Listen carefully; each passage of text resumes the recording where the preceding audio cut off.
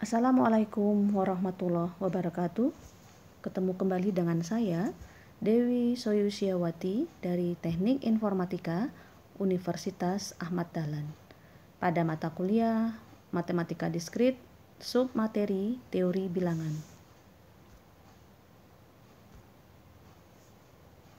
Tujuan dan pokok bahasan kita pada pertemuan ini yaitu mahasiswa dapat memahami teori dan operasi dasar pada bilangan bulat, sedangkan pokok bahasan yang akan kita pelajari terdiri atas beberapa hal. Yang pertama, tentang bilangan bulat dan sifatnya. Yang kedua, tentang teorema Euclidean. Yang ketiga, pembagi bersama terbesar. Yang keempat, aritmatika modulo. Dan yang terakhir adalah bilangan prima. Kita langsung masuk ke submateri yang pertama, yaitu bilangan bulat.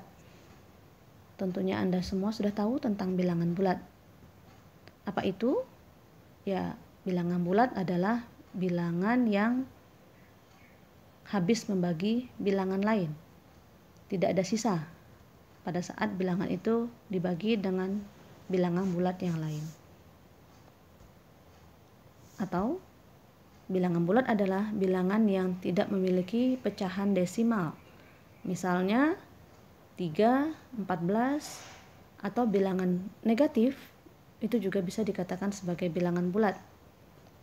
Begitu pula dengan 0. Lawannya adalah bilangan real atau bilangan yang memiliki titik desimal, bilangan pecahan. Contohnya 2,34 atau bilangan negatif minus 0,07 dan seterusnya. Itu tentang bilangan bulat. Oke, selanjutnya tentang teorema Euclidean. Teorema Euclidean ini adalah merupakan teorema yang melibatkan operasi dasar pada bilangan bulat. Seperti apa? Misalkan diketahui ada dua buah bilangan bulat, M dan N, yang mana N lebih besar daripada 0, maka jika M dibagi dengan N, maka akan terdapat bilangan bulat unik Q atau quotient dan R. Sedemikian sehingga, jadi begini, jika M dibagi dengan N, maka akan terdapat M dibagi N ini akan menghasilkan satu bilangan ya. Ya, bilangannya yaitu Q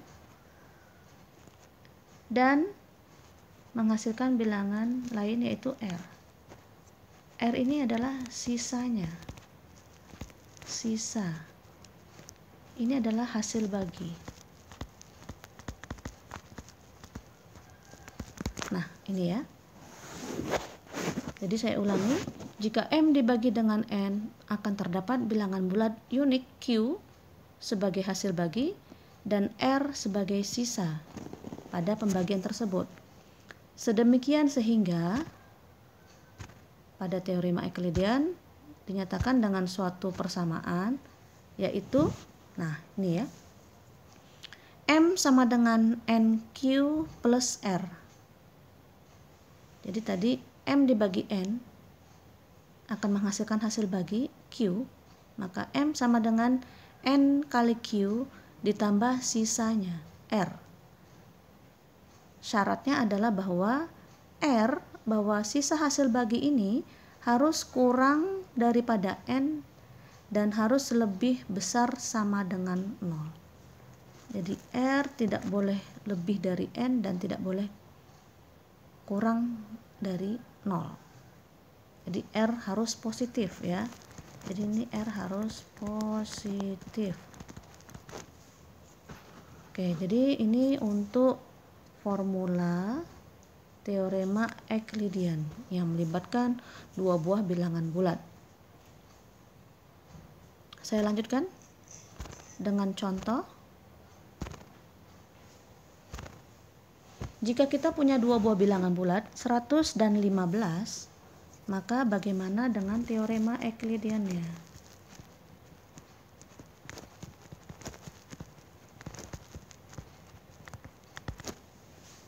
Oke, maka tadi teorema Euclidean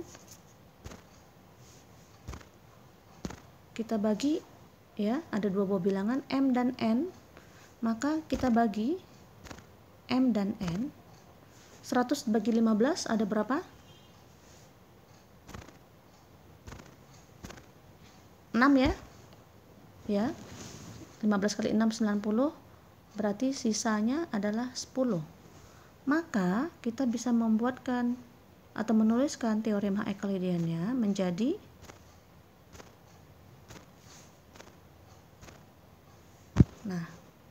jika kita tulis dalam teorema Euclidean, maka menjadi ini ya. Ini apa tadi? M. Ini apa tadi? N. Maka ini apa? Q. Ini R. Gitu ya. Jadi 100 sama dengan 15 dikali 6 ditambah 10. Oke, paham ya?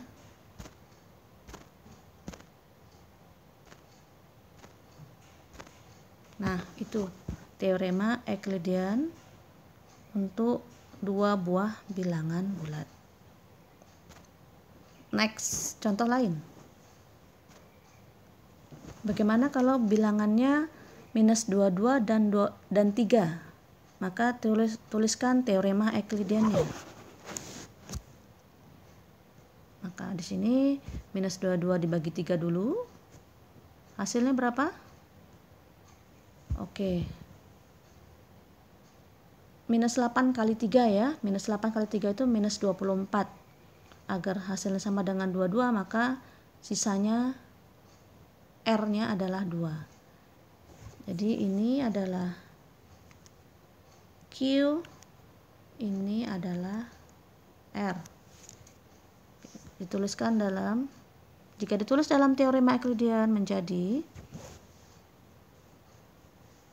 minus 22 sama dengan 3 kali minus 8, ini M, ini N, ini Q, ini R. Seperti itu ya. Nah, apakah Q-nya hanya seperti itu? Apakah minus 22 bagi 3 itu hanya minus 8? Bagaimana dengan seperti ini?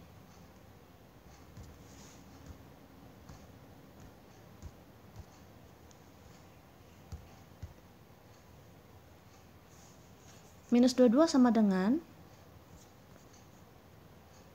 3 kali oke, saya tuliskan lagi di sini. Minus 22 sama dengan 3 kali minus 7 minus 1. Betul enggak? Sama ya hasilnya ya. Minus 3 kali minus 7 minus 21 min 1 minus 22. Berarti ini adalah Q, ini adalah R. Apakah benar? Mana yang benar? Ini atau ini? Nah, jawabannya adalah yang kedua salah ya. Jadi ini salah. Kenapa salah? Oke, ingat lagi syarat di awal tadi bahwa R ini harus positif. Ya, sedangkan yang di sini R-nya negatif. Sehingga ini salah. Oke, paham ya? Jadi yang betul adalah yang pertama. Oke, itu dia tadi untuk contoh dua buah bilangan yang salah satu bilangannya adalah bilangan negatif.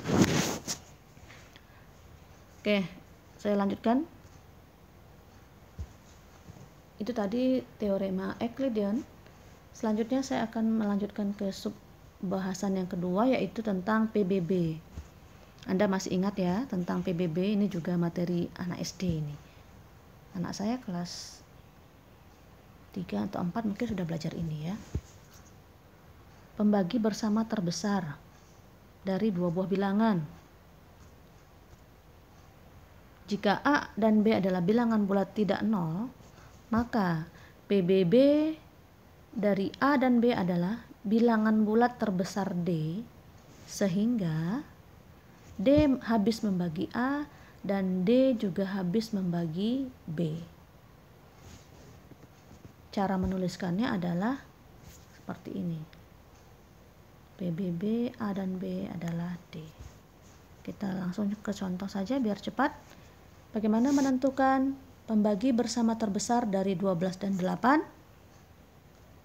Yang pertama,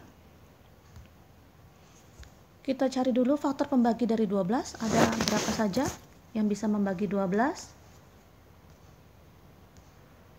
Ya, ini ya. 1, 2, 3, 4, 6, 12. Ini adalah semua bilangan yang habis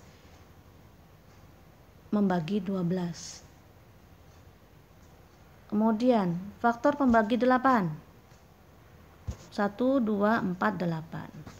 Maka PBB dari 18 dan 12, PBB dari 12 dan 8. Oh, ini kok salah, maaf, ini salah ya. PBB dari 12 dan 8. Nanti yang di filenya saya perbaiki. PBB dari 12 dan 8 adalah, Anda lihat di sini, mana yang sama membagi. Nah, itu ya. Berarti 1, 2, dan 4 faktor pembaginya. 1, 2, dan 4. Maka PBB-nya adalah bilangan terbesarnya, yaitu 4. Bilangan terbesar yang habis membagi 12 dan 8 adalah 4. Oke, masih ingat ya untuk mencari PBB dari dua buah bilangan bulat. Nah, cara seperti ini akan kesulitan kita lakukan jika bilangannya besar. Bagaimana kalau diminta untuk mencari PBB dari, misalnya ya, PBB dari 1024 dan 18 ya, oke lah misalnya. Atau misalnya PBB dari 2630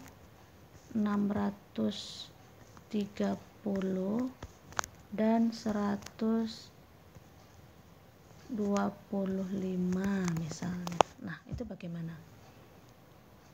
Bisa dibayangkan ya, kita harus mencari faktor pembagi dari masing-masing ini dulu. Ya, faktor, dan kemudian baru dicari lagi tadi yang sama di antara dua itu. Ya. Maka nanti waktunya tentunya akan cukup panjang. Ya, karena kita harus mencari faktor pembaginya. Nah, saya akan menunjukkan cara lain untuk mencari PBB di antara dua buah bilangan yang lebih cepat. Oke, ada teorema lagi di sini yang juga melibatkan menggunakan teorema Euclidean sebelumnya.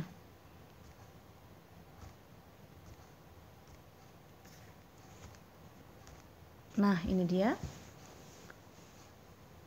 PBB dari M dan N, ya, PBB dari dua buah bilangan M dan N akan sama dengan PBB dari N dan R. Jadi ini. PBB M, N akan sama dengan PBB N dan R.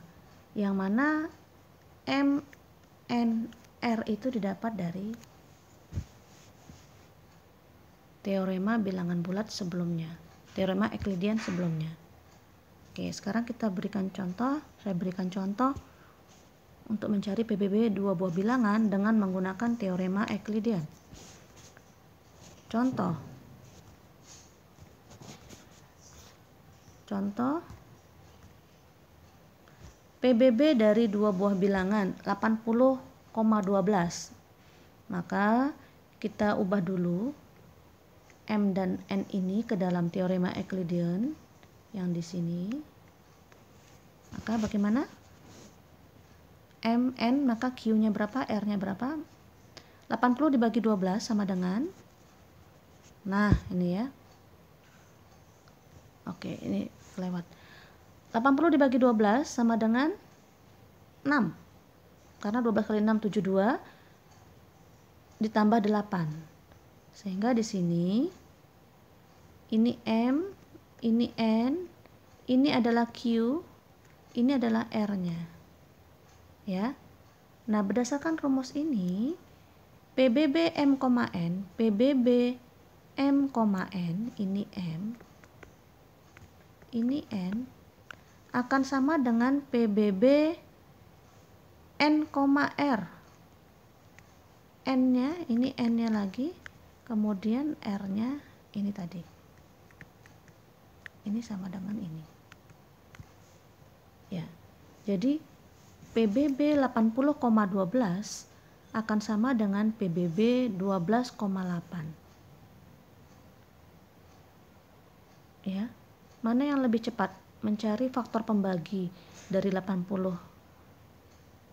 dan 12 dibandingkan dengan mencari faktor pembagi dari 12 dan 8? Tentunya lebih cepat yang ini ya. Kenapa? Karena ini bilangannya lebih kecil. Nah, seperti itu. Jadi jika kita diminta untuk mendapatkan PBB dari 80,12, kita cukup dengan mencari PBB 12 dan 8 dulu. Maka nanti hasilnya akan sama. Oke ya.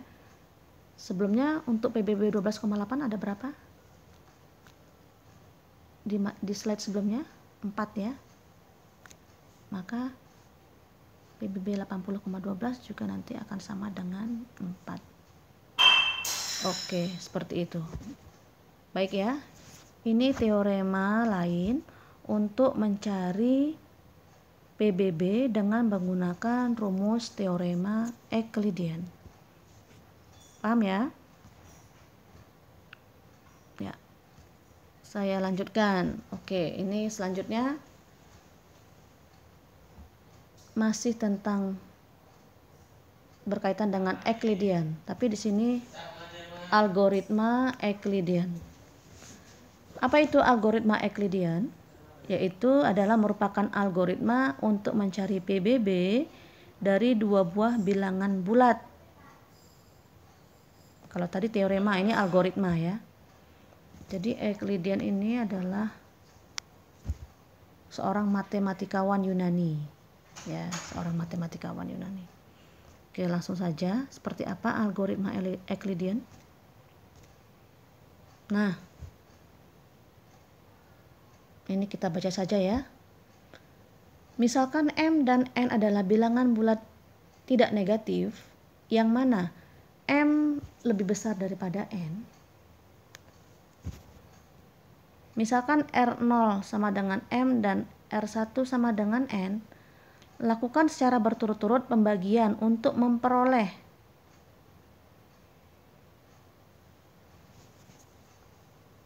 R0 sama dengan R1Q1 ditambah R2, R1 sama dengan R2Q2 ditambah R3, dan seterusnya.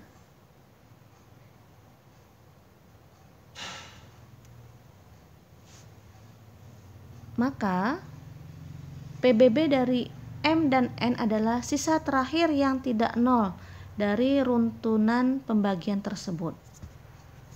Jadi di sini algoritma Euclidean adalah PBB dari M dan N adalah sisa terakhir yang bukan nol dari runtunan pembagian tersebut. Oke, saya lanjutkan dulu ke slide yang lain untuk mempermudah Anda memahami algoritma Euclidean tadi. Kita baca lagi.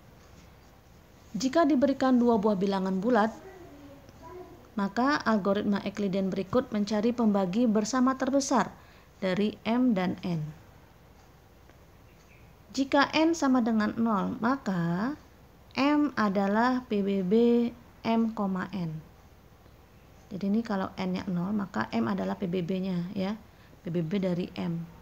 PBB dari M, N. Tetapi jika n tidak sama dengan 0, maka lanjutkan ke langkah 2. Bagilah M dengan R, dan R misalkan adalah sisanya, maka ganti nilai M dengan nilai N. Jadi ganti nilai M dengan nilai N, kemudian nilai N diganti dengan nilai R. Lalu ulangi kembali ke langkah 1. Begitu seterusnya. Ya. Maka ini dalam bentuk algoritma. Maka untuk lebih mudah memahaminya, kita langsung lihat saja ilustrasi ya. Ilustrasi untuk mencari PBB dari 80,12 dengan algoritma Euclidean. Nah, M dan N ya dipenuhi syarat M besar sama dengan N, maka tinggal dibagi. 80 dibagi 12, ini dituliskan dengan teorema Euclidean sebelumnya. 80 dibagi 12, jadi ini M, ini N, ini Q, ini R. Jadi Q-nya adalah 6, R-nya 8, karena 12 kali 6 72, 72 tambah 8 80. Maka tadi pada slide sebelumnya, algoritma Euclidean, ganti nilai M dengan N. Maka nilai N ini dipindahkan menjadi posisi M. Jadi ini 12, awalnya N menjadi M. Kemudian ganti nilai R ke posisi N. Maka ini R-nya 8 menjadi N. Ya, maka ini adalah Q-nya. 12 sama dengan 1 kali 8 ditambah 4. Ini adalah R-nya, sisanya. Paham maksudnya? Ya, jadi ini sisanya 4, R-nya 4. Lakukan proses ini berulang-ulang, teruskan berulang-ulang. Maka tadi N dipindahkan ke posisi M, jadi ini 8 dipindahkan ke sini menjadi M. Kemudian R-nya 4, ini R-nya 4 menjadi N. Maka 8 dibagi 4 itu 2, ini adalah Q-nya 2. Kemudian ini R-nya 0. Karena 8 sama dengan 2 dikali 4 ditambah 0. Nah, sampai di tahap ini kita lihat R-nya sama dengan 0. Maka jika R sudah sama dengan 0, maka proses dihentikan. Untuk mengetahui PBB dari dua buah bilangan ini adalah dilihat dari sisa pembagian terakhir sebelum 0. Oke, kita lihat sisa pembagian terakhir sebelum 0 itu berapa sisanya ini. Maka 4. Maka PBB 80 dan 12 adalah 4. Ya, jadi untuk mendapatkan PBB dari dua buah bilangan dengan algoritma Euclidean, kita bisa melihat sisa pembagian terakhir sebelum 0. Maka itu adalah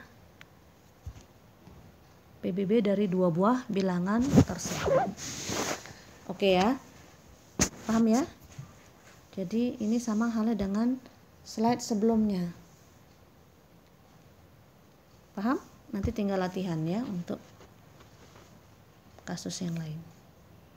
Ya, baik. Kita lanjutkan lagi ke materi selanjutnya, yaitu tentang relatif prima.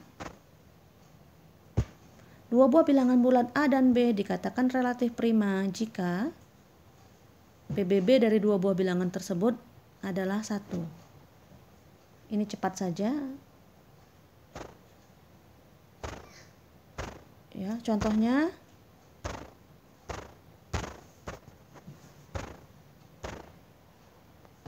(20 dan 3 adalah relatif prima karena PBB dari 20 dan 3 adalah 1. Anda nanti bisa mencobanya. Contoh lain, 7 dan 11 adalah relatif prima karena PBB dari 7 dan 11 adalah 1. Kemudian 20 dan 5 adalah tidak relatif prima karena PBB-nya sama dengan 5, bukan 1. Oke, itu ya. Untuk mencari PBB nanti bisa Anda cobakan dengan cara yang sebelumnya. Itu tentang relatif prima. Kemudian ini saya teruskan saja. Nah, yang terakhir adalah tentang fungsi mod. Fungsi mod ini adalah sisa hasil bagi. Jadi kita mendapatkan bagaimana proses untuk mendapatkan nilai modulo, yaitu sisa dari hasil suatu pembagian. 113 mod 24, ini kita sudah ketahui ya, tinggal dibagi, maka sisanya adalah merupakan nilai modulonya. Jadi 17 adalah sisa hasil baginya. Hasil baginya adalah 4, sisanya adalah 17.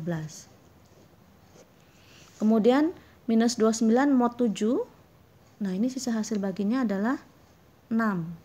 Jadi minus 29 dibagi 7 adalah minus 5.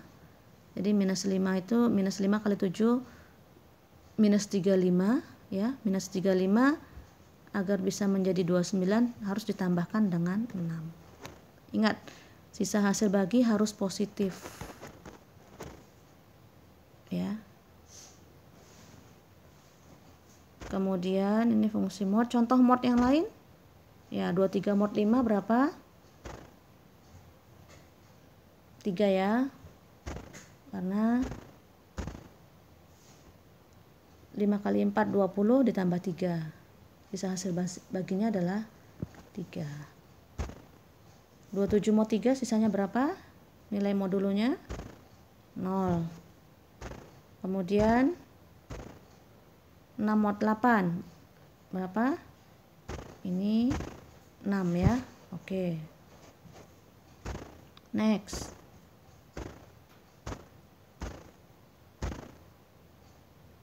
Nol mod 12 0 ya. Nah, minus 41 mod 9 berapa? Ini jangan sampai salah. Ingat bahwa sisa hasil bagi harus positif. Maka di sini hasil modnya adalah 4. Kenapa? Karena minus 41 dibagi 9 ini hasil baginya adalah minus 5. Minus 5 dikali 9 minus 45. Minus 45 untuk dapat jadi 41 harus ditambahkan dengan 4.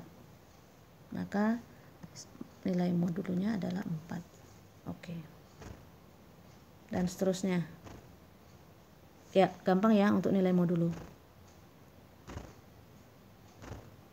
Oke.